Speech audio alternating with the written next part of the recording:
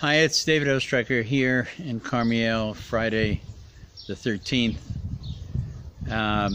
Beautiful weather as always. This time of year in Israel is a very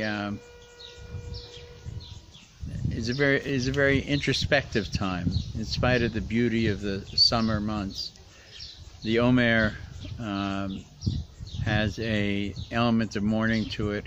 And on top of it, Israel's national holidays begin last week with Yom HaShoah, Yom HaZikaron LaShoah V'Gevurah, the day of remembering those 6 million who were murdered by the Nazis, as well as the heroes who struggled and fought back during that time. It's followed very quickly by Yom HaZikaron, and even faster by Yom HaAtzmaut. Yom HaZikaron is about those who fell defending the state of Israel, and Yom HaAtzmaut is a great celebration of the independence of the state of Israel, and then later is Yom Yerushalayim, celebrating the uniting of Jerusalem, the holy city, capital of Israel. We read Parsha Shmini outside of Israel this week, and inside of Israel, Parsha Tazria V'Mitzorah, because the 8th day of Pesach was Shabbos. So you read last week the reading for the second Shabbos of Pesach, where we were already out of Pesach on the 7th day. So we followed with Parsha Shmini and are consequently one Parsha ahead. That'll all be rectified soon. Rather than speak about the Parsha this week, I want to speak about a personal experience I had. New immigrants, Olim Chadashim, to Israel are offered an opportunity to attend Ulpan. Ulpan is a rigorous program to learn Hebrew. For some, it's 5 months, 5 days a week, 5 hours, plus another 2-3 hours of homework as well. It's a full-time job. For older people, it's 3 days a week. All of the Ulpanot, or Ulpanim, gathered together this week in Karmiel, just prior to Yom HaShoah, to remember and recognize the catastrophe of the Shoah, the Holocaust.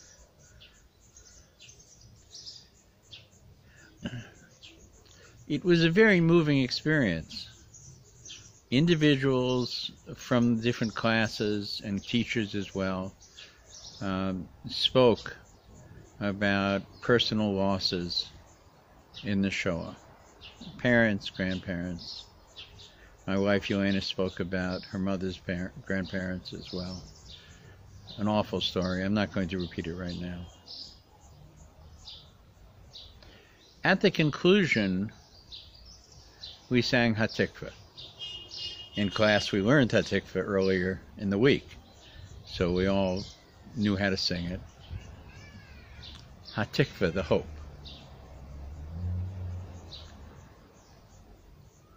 Hope. Israel has been about hope from the first day. The Jews have been about hope from the first day. Hope for a better world and action to make it happen. Hatikvah is a very inspiring song. And yet, it also brings tears to people's eyes, including my own. This was a particularly emotional moment, I think, for everybody in the Ulpan.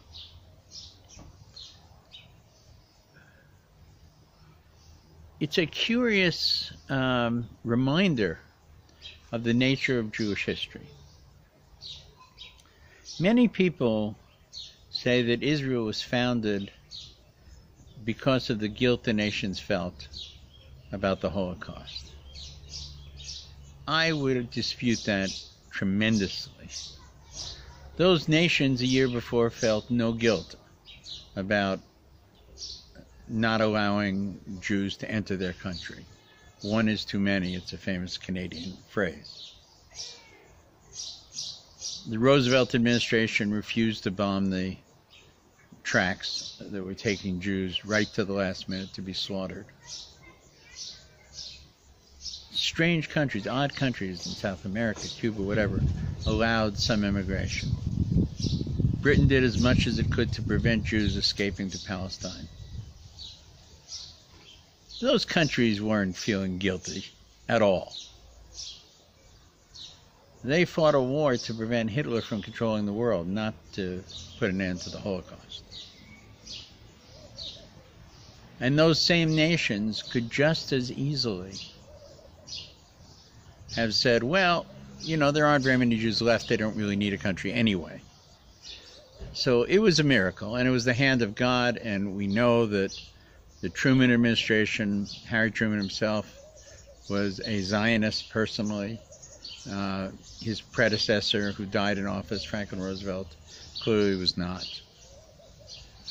We know that Stalin had 1 year of being supportive of the Jews just to make life difficult for Britain.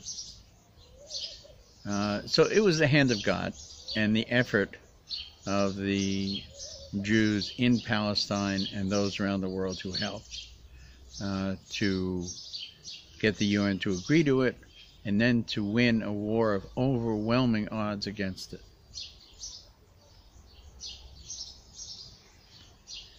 Hatikva, hope. It's about hope.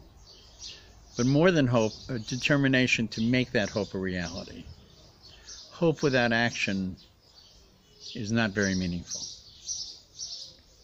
And this has been a time of action.